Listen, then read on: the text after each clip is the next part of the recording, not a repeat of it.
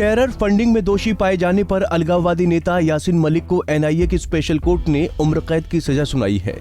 दिल्ली में बुधवार को कड़ी सुरक्षा के बीच यासीन को तिहाड़ जेल से कोर्ट लाया गया था।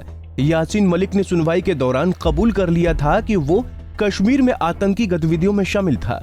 हालांकि हुर्रियत के खिलाफ पुख्ता कागजात इकट्ठा करने से लेकर लोगों से राज उगलवाना और फिर इस मामले में मलिक को सबूत के साथ पकड़ना इतना आसान नहीं था। एक मीडिया रिपोर्ट में एनआईए के तत्कालीन चीफ और उस समय जांच में शामिल अधिकारियों ने बताया कि एजेंसी ने मलिक के खिलाफ पुख्ता सबूत कैसे जुटाए।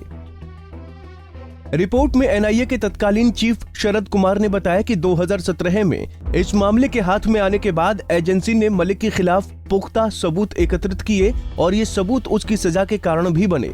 कुमार ने बताया कि इस जांच में थोड़ा ज्यादा वक्त लगा क्योंकि कश्मीर में हालात कुछ अलग थे, लेकिन अब एक बड़ी मछली जाल में है।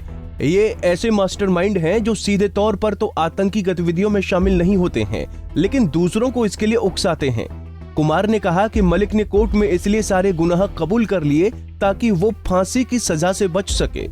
टेरर फंडिंग की जांच करने वाले एक और अधिकारी ने नाम न बताने की शर्त पर कहा कि मलिक को जेल के बाहर अपनी जान का खतरा था और शायद यही वजह रही कि उसने अपना गुनाह कबूल कर लिया। असम पुलिस के स्पेशल डीजीपी जीपी सिंह ने उस वक्त एनआईए टीम हेड के तौर पर हुर्रियत टेरर फंडिंग की जांच की थी।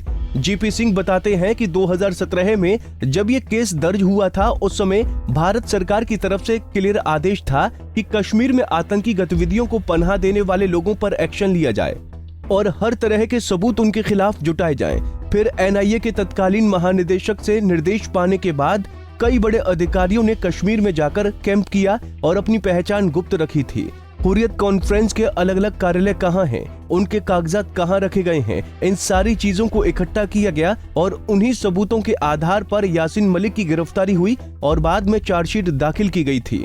सिंह ने एनआईए कोर्ट के बुधवार के फैसले का स्वागत करते हुए कहा कि जिस तरह के पुख्ता सबूत उसके खिलाफ थे उसे दोषी साबित होना ही था। उन्होंने कहा कि राष्ट्रद्रोह में संलिप्त लोगों के जहन में कानून का खौफ जरूरी है। सिंह ने कहा कि मलिक ने इसलिए सारे गुनाह कबूल कर लिए क्योंकि उसे पता था कि ऐसी स्थिति में जज प्रतिवादी पक्ष की अधिकतम सजा की मांग से कम सजा दे सकते हैं। पूर्व डीजी कुमार ने कहा कि अगर वो ट्रायल का सामना करता तो उसे निश्चित तौर पर फांसी की सजा मिलती क्योंकि उसके खिलाफ पुख्ता सबूत थे। आपको बता दें कि यासीन प्रतिबंधित संगठन जम्मू कश्मीर लिबरेशन फ्रंट का चीफ है और 5 साल पहले उसे गिरफ्तार किया गया था। ये मामला आतंकी सरगना हाफिज सईद और हुर्रियत कॉन्फ्रेंस के सदस्यों समेत जम्मू कश्मीर के अलगाववादी नेताओं की कथित साजिश से जुड़ा है। इन अलगाववादियों ने प्रतिबंधित आतंकी संगठनों के सक्रिय सदस्यों के साथ देश विरोधी गतिविधियों के लिए देश विदेश से फंडिंग जुटाने की साजिश रची थी। इसके लिए हवाला नेटवर्क का भी इस्तेमाल किया गया था। रिपोर्ट के अनुसार अलगाववादियों की ओर से जुटाई गई रकम का इस्तेमाल आतंकी गतिविधियों, जम्मू कश्मीर को हिंसा की आग में झोंकने, सुरक्षा बलों पर पथराव, स्कूलों को जलाने, सार्वजनिक संपत्ति को नुकसान पहुंचाने और भारत के खिलाफ युद्ध छेड़ने के लिए किया गया। रिपोर्ट के अनुसार एनआईए ने पूरी मजबूती के साथ अदालत में कहा है कि छानबीन से स्थापित हुआ कि जेकेएलएफ का प्रमुख यासीन मलिक जम्मू कश्मीर में आतंकी गतिविधियों में संलिप्त था।